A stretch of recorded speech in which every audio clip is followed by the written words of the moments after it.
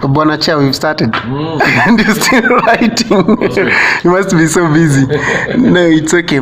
So, Bwana Chairman, introduce yourself. My name is Kamau, and I'm the chairman of Kenya Actors Guild, and I'm also the creative liaison for the Kenya International Sports Film Festival. Copy that. Kenya International Sports Film Festival. You'll tell us that as we get deeper into the interview. Sure. So tell us your experience. You are that Blueband kid, the guy who's in inaitwa cover Mkebe, a Blueband. The Blueband Mkebe, the can. Yes. Yes. When Blueband had the can, I was the kid. That was in 1984. I was 11 years, and I think I was the second kid. Because the first one was a character called, strange enough, John Kamau. Kamau no Pira. Remember that? Yeah. Yeah, then now I followed after that. Is he around still? Do you know where his whereabouts? I have no idea. I think the people that can help you there are the agency that is involved. The time when I did it, it was under East African Industries. Now it's Unilever. Okay. Between those two, they can, and the agency at that time I think it was McCann Erickson. Okay. They can tell you where he is. How did the Blueband thing come about? It's a very interesting story actually. What happened is my mom was having a meeting with my auntie, who used to do some work for McCann Erickson, advertising, modeling, etc., etc. So they were based in Westlands. This thing was a mini house. And then what happened is those days there were no cell phones, so my mom was waiting for my auntie, and my aunt was taking too long to come down. So my mom told me, go and check on your auntie, because we were here waiting, because I have a meeting. So I went to check on my auntie, and I passed an office like this, and there's a meeting of some kind going on. So as I pass the office like this, someone just says, "You," and I'm like, it says, "Yeah, you, come in now." I'm like, okay. So I come into the office. Then he had a mug which had got pens inside. So he threw away the pens, and he said, "Stand there, take this, hold it." So I held it, and he said, "Smile." I took it, held it, and I smiled. He said, "Yes, he's the one." Because they had like pictures all over the table. It was having some kind of creative meeting. Yeah. And he said, "No, this is the guy. This is the guy that we want." So I didn't know what I thought I was in trouble. I'd done something. Maybe I'd walked in the wrong corridor or something. Yeah. Then as my auntie is passing by, because they're asking me, "What are you doing here?" I said, I'm coming here to meet my auntie. I said, "Who's your auntie?" I said, "My auntie is Susan Wangwe." So as my auntie passing, she said, "Susan, come in here. This is your nephew."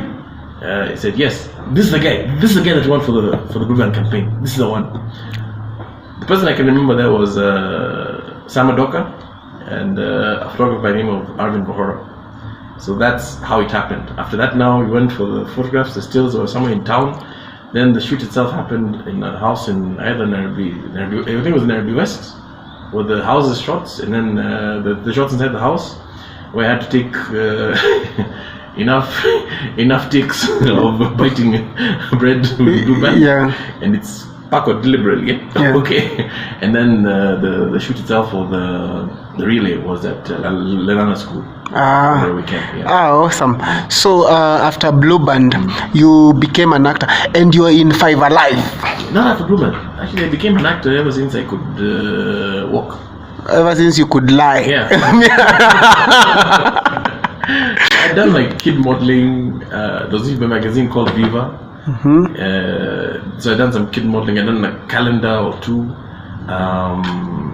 The acting bug had bitten me from a very early age. When you were a kid? Yeah.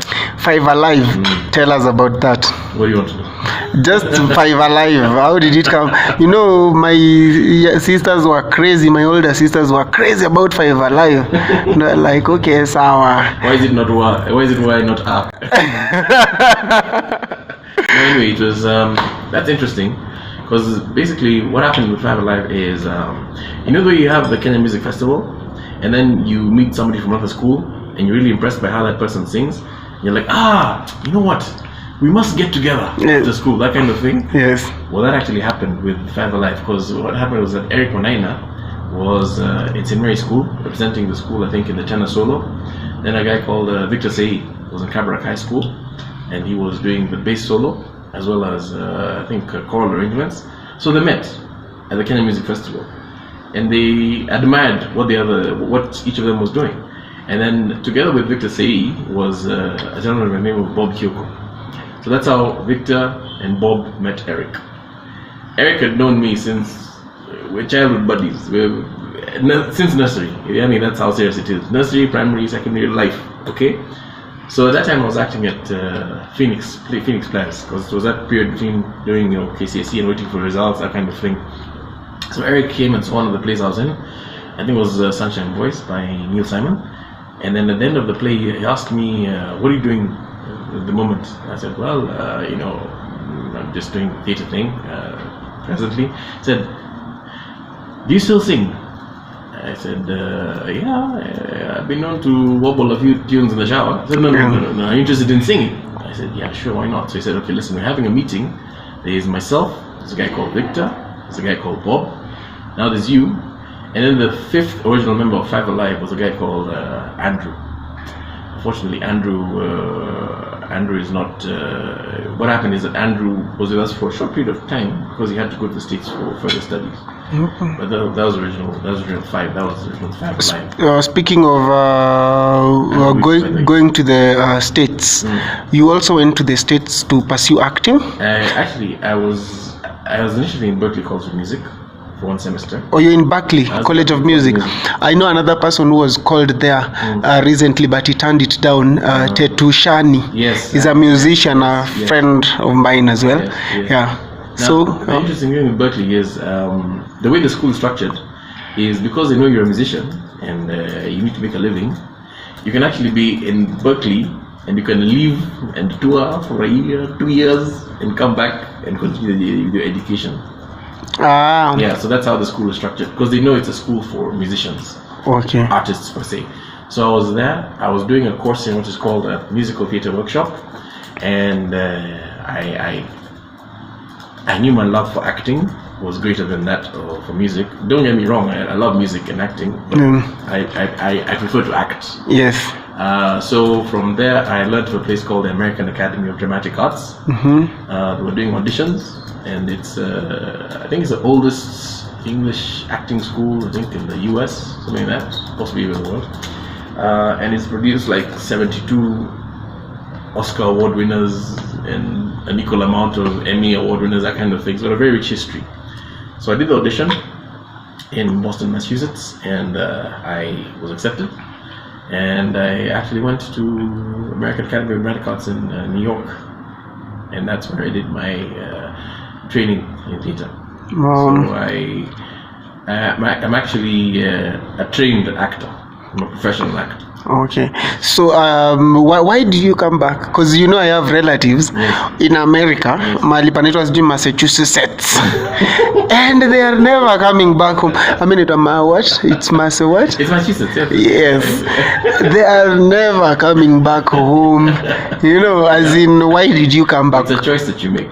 Yeah. It's a choice that you make. The thing is that what is happening in the country at the present moment is in very many ways is stuff that has happened in the US like about 50, 60 years ago. So when you have that kind of knowledge and you see the opportunities that are available now, it's always a good thing to come back home, use the knowledge that you have, maybe even share the knowledge that you have. And as somebody once told me, maybe the reason for you coming back home was actually to become the chairman of the Kenya Actors Guild. Yeah, speaking of the Kenya Actors Guild, before you were a member of the Kenya Actors Guild, you were in SAG. I'm still a member of SAG. What's that? Tell us about it. That's the Screen Actors Guild and American Federation of Radio and Television Artists. It's like the union that actors aspire to join. Okay. Yeah. In the US. Okay, so you came to Kenya. Who founded the Kenya Actors Guild? Kenya Actors Guild was founded by 3 key people. One of them is Lupita Nyong'o. The other one is Peter King, Monya. And the third person is Ellie Young Omukuli. Okay, what's the vision of the Kenya Actors Guild? Because in my experience, because I crew a lot and I'm an actor as well, and you'll find producers thinking that Kenya Actors Guild is some sort of a fight against it's a rebel group. It's a tunapigana na our producers. So, could you kindly make it clear and very straight? Well, if you've been oppressing actors, yes, you have a problem. If you're exploiting actors and you're not paying them well, you're not paying them on time, you're not honoring your contract, you will have a problem. But because no actor has a voice. Bwana Chris, Yes. mimi kama producer, a station is giving me a certain amount of money. Let's say 3 shillings. Let's put that figure. And then I have 50 actors in my show. And each actor wants to be paid 4 shillings. But the whole amount that I'm getting is 3 shillings. Auoni hapo kama tuna danganyana? Let me give you a very simple analogy. Mama Kaimati. Before she can call herself Mama Kaimati and hit that street or that avenue, she has to make sure she has her eggs, her flour, her cooking oil, her jiko, everything that she needs. Why? Because there's 4 other Mama Kaimatis on that same street. Yes. But everybody has their clientele. Yes. So before you call yourself a producer, put all your ducks in a row. Have what is called working capital. Don't go out there and become a producer as you're producing.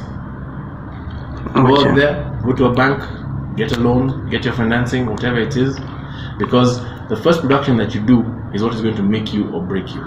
Okay. There are a lot of people in this industry who call themselves producers, but they're fly-by-night operations. In fact, now even people are shocked because they're living, oh my God, I need a license to shoot. Yes, you need a license to shoot. There's no way in the world where you shoot without a license. These are things that you have to factor into your business plan. Wouldn't it be easier for the Kenya Actors Guild to maybe meet with the crew guild or the producers and find a way forward together? We have always been open to that option. We have actually reached out to a couple of producers, and we've actually had discussions with a few of them, and we actually share the same vision because we want to take the industry to the next level together. Okay. Future of the Kenya Actors Guild?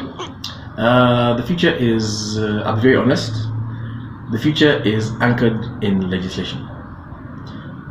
If without the proper legislation, we will never be able to progress, because we have to have things in law such that we realize that acting is a profession. It's a craft, it's a trade. Anytime you go to school for a craft or a trade, that makes you a professional. Okay. Nilisikia actors wamegradiwa. Are we even graded?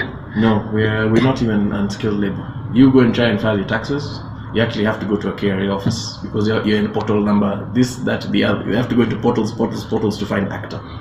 So an actor is not even recognized by the constitution? No. You know why? No. Because for the longest time, acting and even music has always been seen as something that for those who are reja, not a serious thing. But you can't tell me that Lupita Nyong'o with her Oscar, she actually went to school. She went to Yale to study. You can't tell me that Oscar. You also went to school. I know so many actors like Charles Ouda recently went abroad to study dramatic arts. Yeah. There is Sarah Hassan. Guys are going out there. Guys are studying out there. Yes. But when they come to Kenya, the law does not recognize them. As in awako, as in venye tunajua kuna daktari na lawyer, actor hakuna kwa list. That's what we're trying to establish now. Okay. Because you realize that the current curriculum has got arts. Arts is back. Yes. In fact, even now Kenya Music Festival is like a music and drama festival, also has a film section. Section, yes. As well. So you can't tell me that there's something being taught in Kenyan schools that's part of the curriculum that does not end up with that person becoming a professional. How can someone join the Kenya Actors Guild? Okay, first of all, you have to have done a body of work. Okay, that is recognizable as acting. So either you've done a commercial, or you've done some theater work, or you've done a movie or TV series.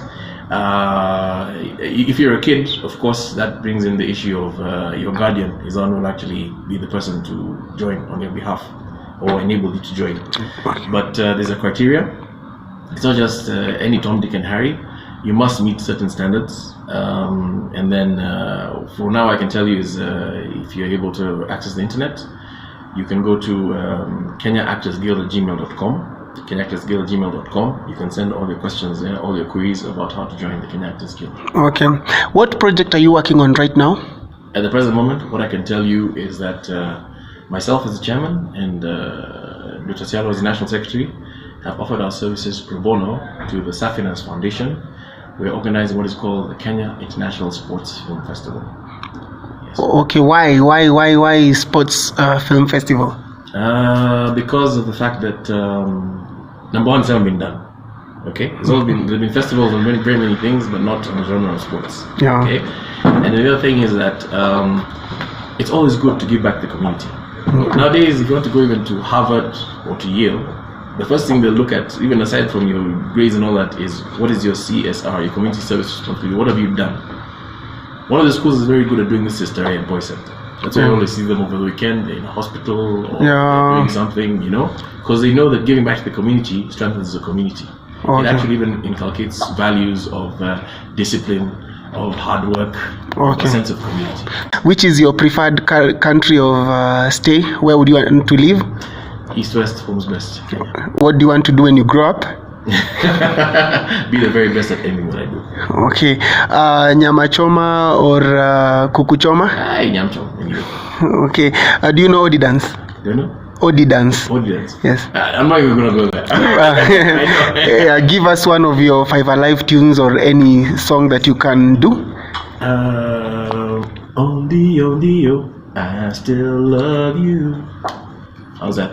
Wait, that's 2 seconds. So where can we get information about the film festival? You go to www.kisff.or.ke. Okay. So thank you so much, Chris, for your time. Asante sana. Very well. Aye.